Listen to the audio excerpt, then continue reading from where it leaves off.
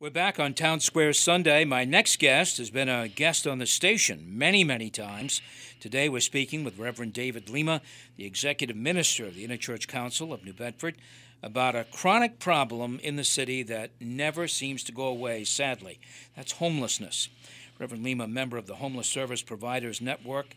Welcome, sir, and I know you've been working on this situation for the past, years. Yeah, since I took the position at the Interchurch Council, we've always had a seat at the table, and it's something that I've probably been involved for at least last 15, 18 years in one form or another, and I'm the current chair, actually, of the Homeless Service Providers Network. Earlier, your members of the Providers Network and volunteers, earlier meaning early in the year, you carried out the annual count of the homeless, which happens, I think, in January or February. It does. It happens every year in January. The federal government sets a day that they're hoping everybody will do. Most of the time, most people do get it done that day. This year it was January 29th, I believe. And in essence, what HUD is looking for, Housing and Urban Development, where a lot of the finances come from, the grant monies, is they're looking for a 24-hour picture of homelessness in the nation. It's mandatory. It is a lot of the funding that will come down gets based off this count, so it's absolutely vital to a community. But it's also a two-edged sword. The better the count, which a couple of years ago we started getting really refined in what we did, utilizing even people that had been homeless in the past and knew where some of the places were that people lived in streets and alleys and woods and encampments around the city. So we got better at counting, resulting in, well, you're not doing as good a job, so we're not going to give you as much money. Sometimes that's what happens. If the number goes up, you would think the grant money would go up, but they want to know that the money is accomplishing what it sets out to do, which is lowering homelessness. So you want to do the best count you can, but at the same time, if it's too good, the numbers don't reflect what they want. Well, there is some good news and not so good news to this year's count. Good news. Good news. Good news. At first, we were seeing what we considered a large drop. But then we forgot that there was a segment that was in last year's count that no longer does. Again, HUD in its infinite wisdom, the federal government in its infinite wisdom, a lot of times changes the definition of who exactly is homeless. And what we're looking for is for people that have homeless and those that are chronically homeless. And they changed the definition again last year. Personally, I think that if you ever want to lower the count, change the definition. You don't count a few people, and you just did it better, Yeah. But we know different when we see our streets. A chronically homeless person, believe it or not, is defined as an individual with a disability condition or a family with at least one adult member with a disabling condition who is either be continuously homeless or living on the streets or in a place not meant for human habitation for a year plus, or one who has experienced at least 4 episodes of homelessness that total 1 year within a consecutive 3-year period. I don't know about you, but if I'm experiencing 1 week on the streets, I'm considering that homeless. Sure. But not to the feds. That's how the numbers, if you're chronically homeless. So one of the things that got changed last year was we had some transitional beds that weren't in some of the more supportive programs, but just something to help get people off the streets, get them into a more stable situation, and get them ready to be set up for something that would be more of a continuous support and then their own place of habitation again. Again, I think one of the things to remember, the federal government, the state, they really endorse now, and that's what they're pushing, is housing first. That's the term. It's housing first. And so if I've got a job, but I've lost my job, or somebody's ill in the family, and all of a sudden we can't keep up with our rent, and we lose our place of habitation, some people end up on the streets. Some people, again, might end up in their car for a while. or something else. Not a place for human habitation, not meant for it. Some people will be in a boarded up home, but it's out of the weather. No heat, maybe no running water, but they're out of the weather. But if all of a sudden I'm able to stabilize, health gets back, job is there, but now I don't have first and last months, I don't have the ability to get up started, that's where Housing First comes in. Family like that is able to get back into housing and be stable relatively quickly. One of the things when we do the counts, we find that a lot of the people that are out there that are homeless and that get counted, the highest demographics, people with mental health issues, people with substance abuse issues, these are people that need some supportive care. And just putting them into an apartment, even with first and last month's rent and some support for a period of time, is not necessarily going to be stable. And so that's one of the difficulties where it fluctuates back and forth, and these numbers fluctuate. So, what was the count? Did New Bedford's number go down this year? New Bedford's number went down, but you got to remember that we removed from that number the transitional beds that they no longer count. So the number dropped over 100 people. But when you factor in those beds that didn't get counted this year, that got counted last year, when you take it out of last year's number, we actually had a slight bump, negligible theoretically, but slight bump of an extra 5 people that were homeless this year. So what does this mean for funding? We have no idea, I guess. We have no idea because, again, we're waiting for the they call it the NOFA. I'm going to forget the exact name, but that's the request for proposal that comes out, and it'll give all the definitions of what are required. The fact that we didn't have so big increase, we shouldn't lose a lot of money at all. But last year we did. We took a cut because of those transitional beds that they claim they don't want to see. What stands out, in your opinion, in the care of the homeless in New Bedford? What are some of the things that you are impressed by and want to see more of? Well, I will tell you this, and I think there's a lot of things that get said, Facebook, social media, a lot of things. Where does all that money go? Somebody's lining their pockets. I can tell you, without any hesitation, there's not a group that gets all the money they need from the federal government for the work that they give the homeless. I really do believe that for the most part, we got some care. We got a very caring community that really steps up to help out. And the different agencies that do the work, they're almost always having to take money out of other things that they have set aside to be able to take care of a family, to take care of a particular incident. You got people that are helping with clothing, not only rent, but food. You got always these things that are being raised and whatnot.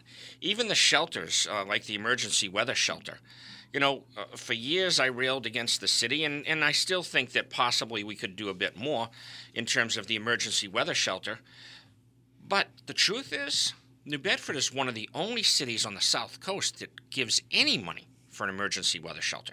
Now, I'm not talking hurricanes and incredible blizzards where power is out across the city. I'm talking about the weather drops down to the teens. Cold weather. And people are outside on the streets. Dangerous weather that people could die in.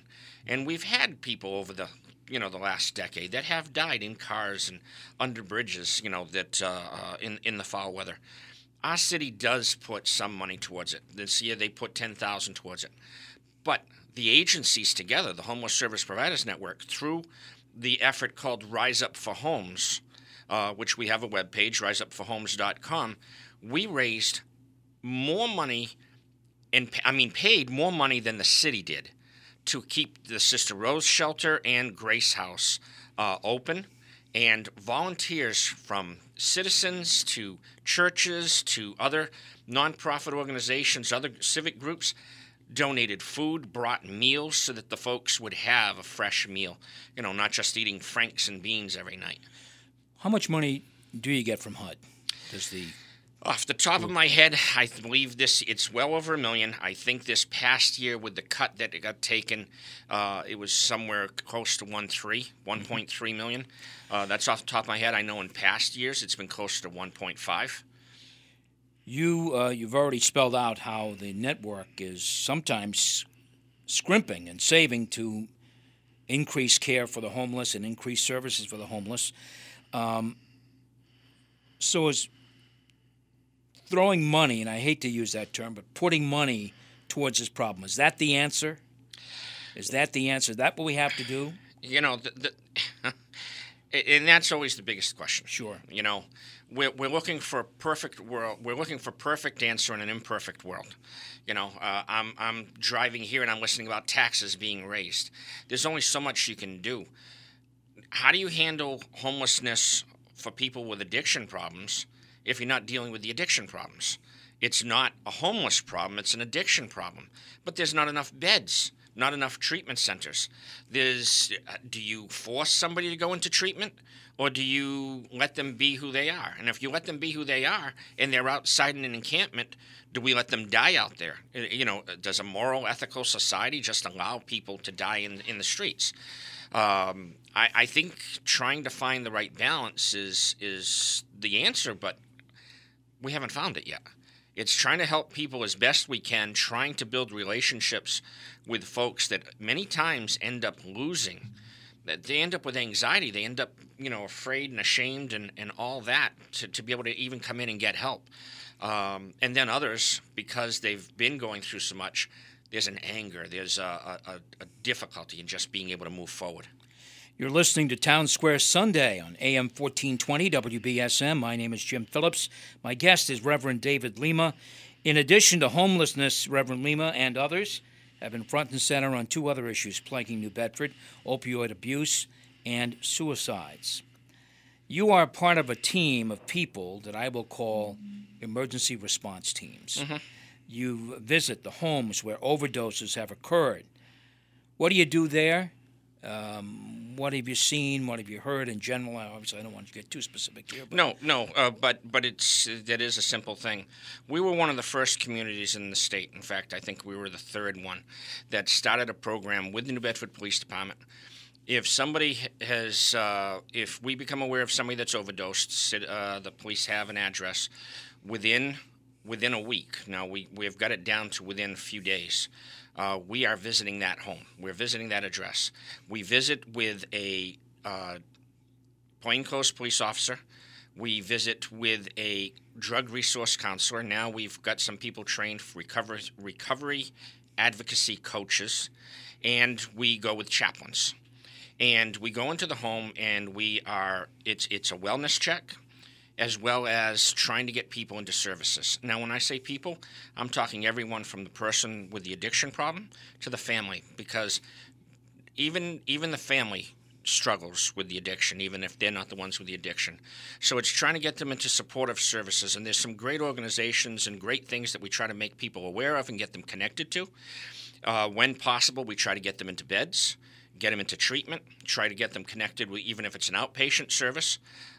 We are building that system to make it better. In fact, we've got a meeting this afternoon again. Chief Joe Cadero and Mike Rocha, Dr. Mike Rocha, is part of the helping lead the opiate task force in the city. We have been talking with other communities and seeing what they're building. One of the things we hope to do is build drop-in centers, and probably in church buildings, where people can come and find out about services as we build these relationships and try to get some people some hope. Positive impact? Have you seen it? We've seen some. Again, we, as far as I'm concerned, especially when you do any of this work, you want to see the needle move. We are definitely seeing, and no pun intended, but we want to see the needle on the gauge move. So that if we're getting some positive results, and we are getting people into treatment, we are getting people not as much as we want, but we are seeing it. We're getting family support so they understand how to help their loved one. We are getting some people connected to different services, and we're raising awareness. That's the biggest thing, is trying to raise that awareness. Several years ago, what seemed like a series of suicides in New Bedford by young people, and you at that time began a program of suicide prevention. You raised awareness, first off, with marches and things like that. Yes. And then you're now taking part in training programs in schools, businesses, elsewhere. Tell us about that. We we had a cluster, is what they refer to it as, and back in 2013, we had our 5th youth suicide in New Bedford Public Schools. The oldest was 15, the youngest was 11. It was tragic, and it's difficult. And most people, we hear about the youth suicides because they demand a public response. You got to send in counselors and everyone else. And we were already trained in some of that, but we had to raise our game. So we got involved with some people from the state, and we built our own coalition down here, which I co-chair with Lorna Keaton from Department of Mental Health. And for the last couple of years, we've actually had a small grant that we do training. Now, we will do it anywhere for anybody, churches, organizations, businesses, but especially schools. We want to reach the schools. We want to reach sports leagues. We want to reach coaches, dance schools. Anybody who will listen to us, we'll go and talk. This past week, I was in Wareham at the high school. Last week, we've done Fairhaven. We've done Voc Tech.